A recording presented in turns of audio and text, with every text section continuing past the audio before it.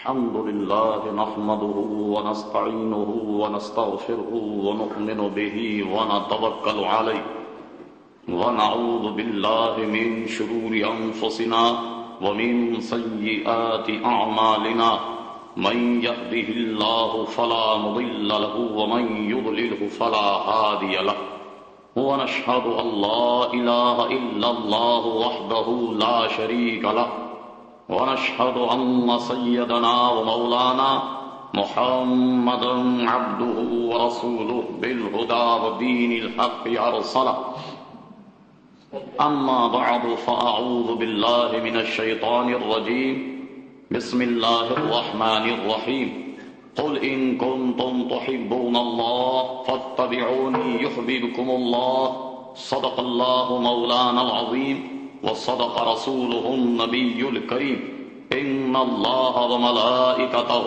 يصلون على النبي يا أيها الذين آمنوا صلوا عليه وسلموا تسليما اللهم صل على سيدنا ومولانا محمد معدن الجود والكرم وآله وبارك وسلم صلاة وسلاما عليك يا سيدي يا رسول الله. مکتوم محترم فاضل جلیل حضرت علامہ مولانا مفتی اختر رضا خان صاحب قبلہ دامت برکات ملالیہ، وہ پیر طریقت حضرت علامہ قاری محمد مصلح الدین صاحب صدیق قبلہ دامت برکات ملالیہ، وہ حضرت مولانا محمد منان رضا خان صاحب دامت برکات ملالیہ، وہ دیگر معزز علماء کرام، بالخصوص حضرت علامہ شیخ الحدیث والتفسیر مولانا تقدس علی خان صاحب قبلہ دامت برکات ملالیہ، شیخ الحدیث جامعہ راشدیہ پیر جوگوٹ بھی یہاں رونق افروز ہیں. بڑی بابرکت محفل ہے. اعلیٰ حضرت امام اہل سنت کے خاندان کے چند ایسے حضرات جن کی آپ زیارت کر رہے ہیں وہ آپ کے سامنے یہاں رونق افروز ہیں. خصوصی خطاب تو حضرت علامہ مفتی اختر رضا خان صاحب قبلہ دامت برکات ملالیہ کا ہوگا. چند منٹ کے لیے میں بھی آپ کی سمع خراشی کے لیے کھڑا ہو گیا ہوں. حقیقت حال یہ ہے کہ ہم اور آپ یہاں جمع ہو کر اعلیٰ حضرت امام اہل سنت کو نذران عقیدت پیش کر رہے ہیں. عنوان اگرچہ اس محفل کا یہ ہے، حجت الاسلام حضرت علامہ مولانا حامد رضا خان صاحب فاضل بریلوی رحمت اللہ تعالی علیہ جو اعلیٰ حضرت امام اہل سنت کے بڑے فرزند ہیں، ان کے سلسلے میں یہ محفل منعقد ہے. کتنی بارونق محفل ہے کہ جہاں حجت الاسلام کا عرس اور ان کے اصال ثواب کی محفل ہو رہی ہو، خود انہی کے شہزادے اس محفل کی صدارت فرما رہے. عزیزان گرامی، حقیقت حال یہ ہے کہ اعلیٰ حضرت امام اہل سنت نے جو تفسیری کام کیا ہے، جو تجدیدی کام کیا ہے، جتنے بھی کام کیے ہیں، جو دین کا حیہ کیا ہے، ان تمام کا احاطہ، ان تمام کا حصہ تو بڑا مشکل ہے. ایک بات صرف عرض کرتا ہوں اور وہ یہ ہے عزیزان گرامی کہ اعلیٰ حضرت امام اہل سنت کے ان زندگی کے تمام کارناموں میں ایک کارنامہ یہ بھی ہے کہ عشق مصطفیٰ صلی اللہ علیہ وسلم کا سبق دنیا کو دے دیا. اور یہ ایسی میراث ہے اور یہ بتایا اعلیٰ حضرت امام اہل سنت نے، اے لوگوں دیکھو، آدمی سجدہ کر کر کے ماتھا رگڑ رگڑ کر اپنی پیشانی پہ شامی کباب بھی اگر بنا لے تو نجات نہیں ہے. نمازیں پڑھ پڑھ کر گھٹنوں پہ اگر گھٹے پڑ جائیں اس میں بھی نجات نہیں ہے.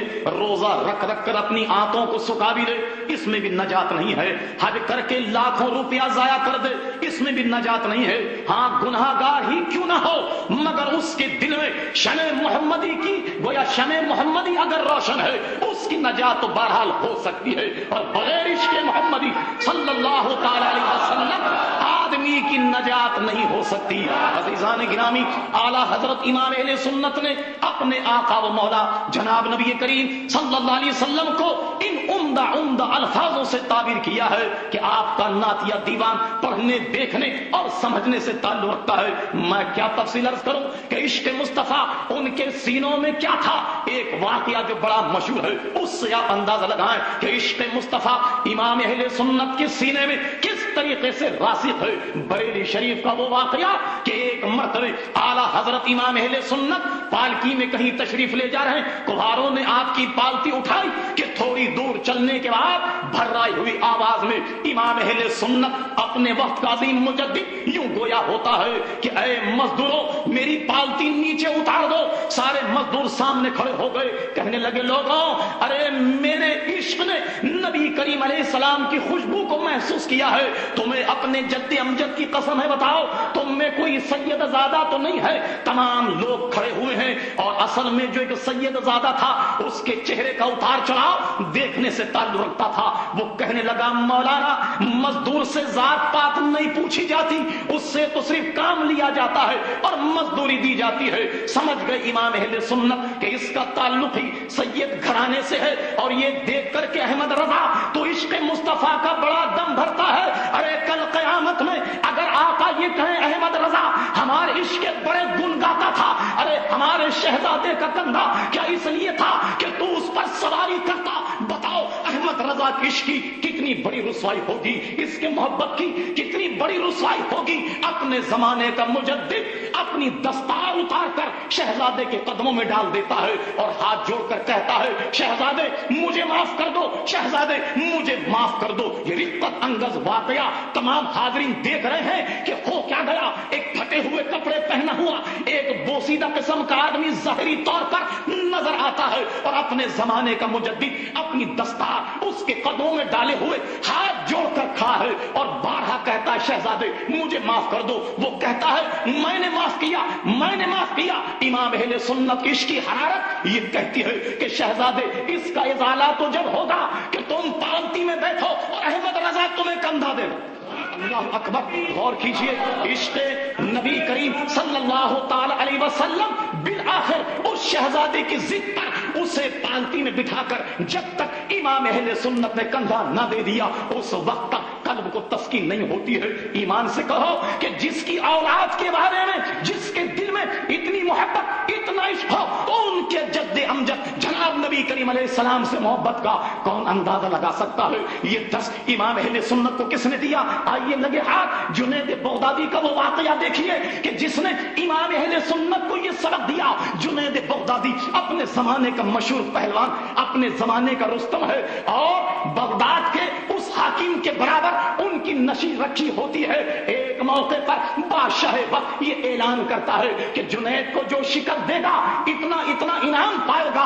اعلان کرنے کے بعد چند مہینے گزر گئے کہ ایک 1.5 پسلی کا آدمی پھٹے ہوئے کپڑے پہنا ہوا سوکھا سا کا آدمی دربار میں کھڑا ہو کر کہتا ہے کہ بادشاہ سلامت آپ کے نامی گرامی پہلوان سے میں لڑنا چاہتا ہوں۔ لوگ اس کی پسلیوں کو دیکھ رہے تھے، حضرت جنید کو دیکھ رہے تھے، کہتے تھے کیا یہ دبلا پتلا آدمی اپنے زمانے کے رستم اپنے زمانے کے اتنے بڑے پہلوان کو کیا پچھاڑ سکتا ہے؟ لوگ اس کا ہنسی اور مذاق اڑا رہے تھے اور وہ شخص تھا کہ کہنے لگا نہیں جناب، یہ مذاق اور ٹھٹا کو تقیہ بنا کر اپنے پہلوان کو شکست سے بچانے کی کوشش کی جا رہی ہے، میں تو اس سے لڑ کر ہی رہوں گا۔ غرض یہ کہ دنگل ترتیب دیا گیا، کشتی جناب مقرر ہو گئی۔ اب جنید بغدادی جب میدان میں اترے اور یہ سوکھا سا کا شخص میدان میں اترا، لوگ دیکھ رہے تھے کہ شیر اور بکری کی لڑائی ہے۔ پہلوانوں کو کبھی کشتی لڑتے دیکھا تو ہوگا کہ ایک دوسرے کی گردن پر جب وہ ہاتھ رکھتے ہیں ایک دوسرے کا کس ایک دوسرے کا زور دیکھتے ہیں۔ اب یہ دونوں پہلوان شیر اور بکری کی لڑائی ہے،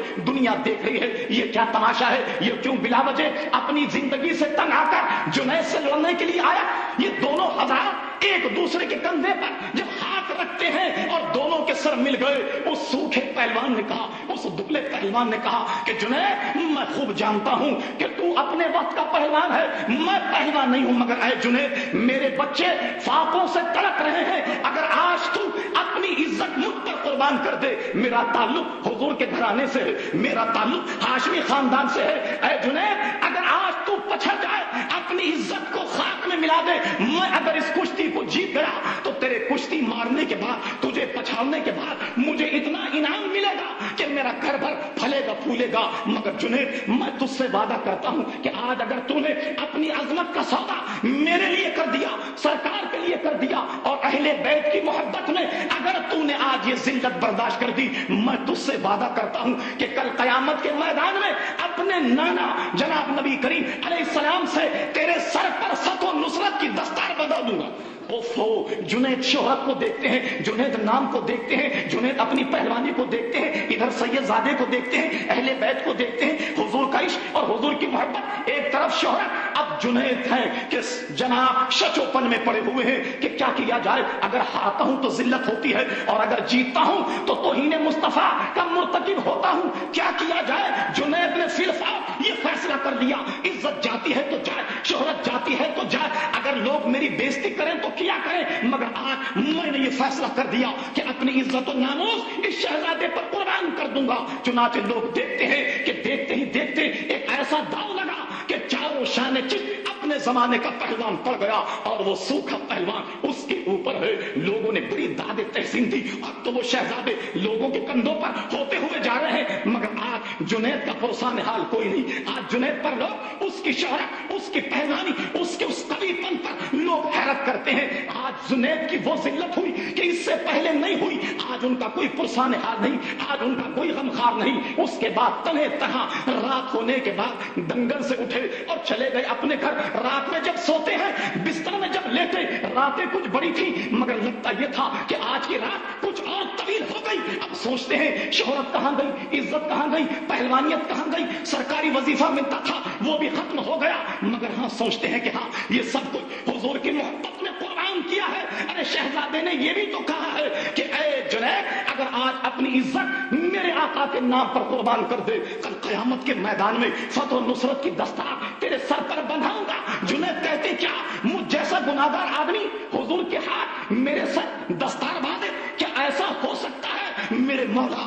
اگر ایسا ممکن ہے آج ہی قیامت آ جائے, آج ہی حشر برپا ہو جائے تاکہ میں اس نورانی شکل کو دیکھ لوں, تاکہ اس نورانی ہاتھوں کو دیکھ لوں کہ جو میرے سر پر دستار باندھے, فتح و نصرت کی دستار رکھے. بس یہ سوچتے ہیں کہ نیند لگ گئی. نیند لگنے کے بعد وہ تو یہ سوچ رہے تھے کہ یا اللہ قیامت کب آئے گی, حشر کب برپا ہوگا, کتنے سال ہیں, کتنی صدیاں ہیں, کتنے دن ہیں. مگر جب لیٹے اس کا ثمر یہ ملا, اس کا انعام یہ ملا کہ سرکار ابد قرار خواب میں تشریف لے آئے. کہنے لگے جنید, ارے ہم اپنے شہزادوں کا ادھار قیامت تک کے لیے ادھار نہیں رکھتے, کھڑے ہو جاؤ, ہم تو تمہاری دستار بندی کو آئے.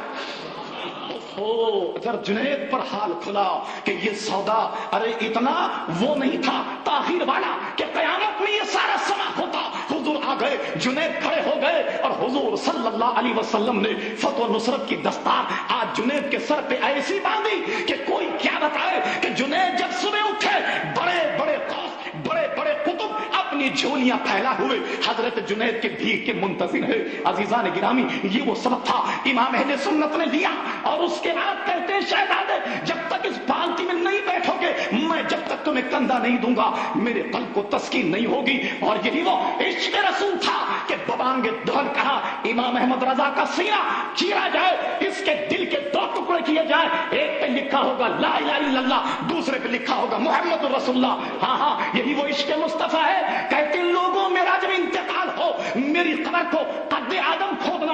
لوگوں نے کہا حضور کمر برابر کھودی جاتی ہے. کہنے لگے بات یہ ہے کہ میں نے صحیح حدیثوں میں پڑھا کہ جب آدمی مرتا ہے اس سے 3 سوال کیے جاتے ہیں, بتا تیرا رب کون ہے, بتا تیرا دین کیا ہے, اور اس کے بعد حضور علیہ السلام اپنی جسمانی صورت میں تشریف لے آتے ہیں چہرے انور دکھا کر. فرشتے کہتے ہیں اے قبر والے بتا ان کے بارے میں کیا کہتا ہے. ارے غلام مصطفیٰ ہوگا اگرچہ مجھ جیسا گناہگاری کیوں نہ ہو. کہے گا فرشتوں ان کے بارے میں پوچھتے ہو, ارے یہ تو وہ ہیں جن پر دوران نماز میں سلام پڑھا کرتا تھا, یہ تو وہ ہے جن پر دوران نماز میں درود پڑھا کرتا تھا. کہا میں نے یہ کتابوں میں پڑھا ہے. اب احمد رضا کی خواہش یہ ہے کہ حضور جب قبر میں آئے تو یہ کھڑا ہو کر قبر میں بھی کہے مصطفیٰ جان رحمت پہ لاکھوں سلام, شمع بزم ہدایت پہ لاکھوں سلام. ہاں ہاں کہتے ہیں آنکھ عطا کیجئے اس میں ضیاء دیجئے, جلوہ قریب آ گیا تم پہ کروڑوں درود. عزیزان گرامی یہ وہ عشق مصطفیٰ کا سرا جو اعلیٰ حضرت امام اہل سنت نے ہم کو دیا ہے.